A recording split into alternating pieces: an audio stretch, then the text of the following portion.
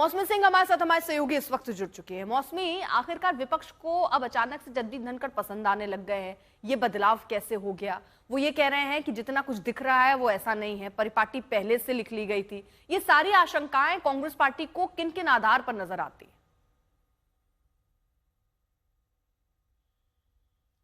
देखिए, लगातार कांग्रेस को लग रहा है कि जो क्रोनोलॉजी है कर रही है कि जगदीप धनखड़ जो है उन्होंने रिजाइन किया नहीं है, उनको रिजाइन करवाया गया है।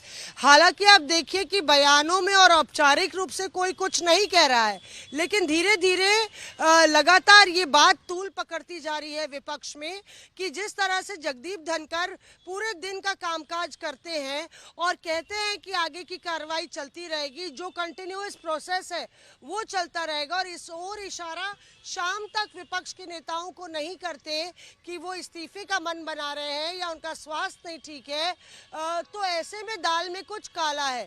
जाहिर तौर पे आज आपने देखा होगा कि विपक्ष ने रणनीति के तौर पे अभी तक ये मसला औपचारिक रूप से नहीं उठाया है। सरकार की तरफ से क्या उनकी फेयरवेल स्पीच होगी कि नहीं, या राज्यसभा से इस तरह का कोई नोटिस आए या जानकारी मिले, उसके बाद ही आगे की पहल विपक्ष करेगा। लेकिन इस बीच रोक रही हूं मौसमी आपको, जगदीप धनखड़ पर प्रधानमंत्री की पोस्ट भी अब सामने आ चुकी है, क्योंकि कल ही उनका इस्तीफा रात 9:30 बजे हुआ। प्रधानमंत्री की तरफ से जो पोस्ट है इसमें उन्होंने लिखा कि मैं उनके उत्तम स्वास्थ्य की कामना करता हूं। स्वास्थ्य ही उन्होंने बताया, स्वास्थ्य के कारण ही उन्होंने कहा मैं इस्तीफा दे रहा हूं। जगदीप धनखड़ ने अपना जब इस्तीफा दिया तो सियासी गलियारों में कई तरह की बातें होने लगी कि दबाव की वजह से उनसे ये इस्तीफा दिलवाया गया, क्योंकि कल सुबह 11 बजे से वो एक्टिव थे, शाम 5 बजे तक वो एक्टिव ही रहे हैं। कांग्रेस पार्टी के नेताओं से उनकी शाम को मुलाकात हुई, जिसमें कांग्रेस पार्टी के नेता कह रहे हैं बिल्कुल ठीक लग रहे थे, क्योंकि कल से ही मॉनसून सत्र की शुरुआत हुई।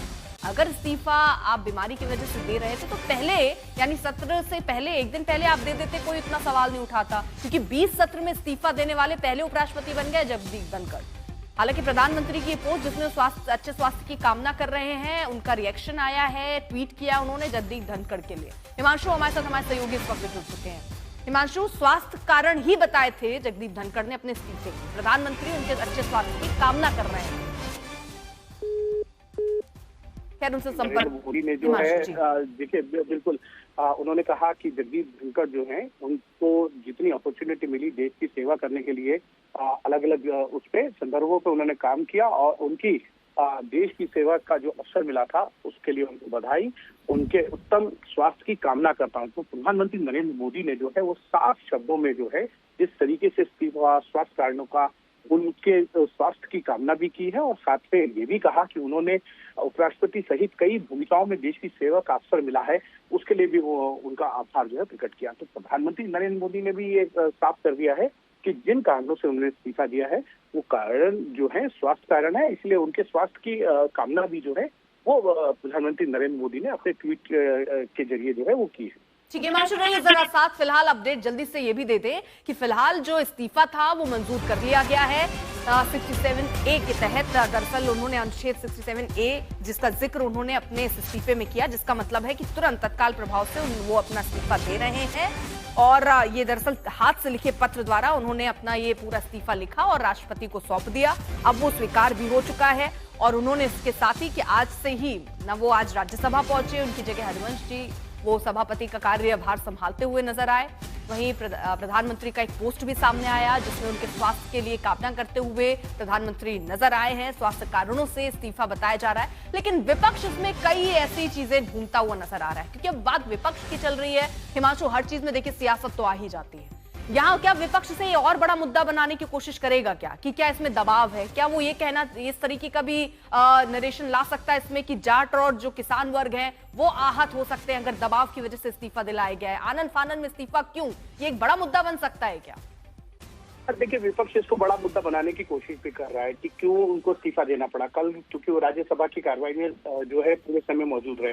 देर शाम तक जो है उन्होंने अपोजिशन सांसदों के साथ मुलाकात की, और बीएससी की बैठक में जब जेपी नड्डा और किरण रिजिजू नहीं आए तब ये संदेश जो है लेकर पहुंचे थे एल मुरुगन, जो संसदीय कार्य राज्य मंत्री हैं, और उन्होंने ये साफ कर दिया था कि किसी कारणवश जो है दोनों ही लोग नहीं आए और इस बैठक को जो है कल तक के लिए टाल दिया जाए। कल फिर से एक बार जो है बीएससी की बैठक बुलाई अच्छा जाए। हिमांशु, जरा ये अब, बताइए क्या क्योंकि- ऐसे जो बैठकें हुई हैं बिजनेस एडवाइजरीज की, क्या ऐसा हुआ है कि उसमें ऐसे ना पहुंचे हों, संसदीय कार्य मंत्री ना पहुंचे हों, या जो जेपी नड्डा हों वो ना पहुंचे हों, ऐसे पहले हुआ है क्या?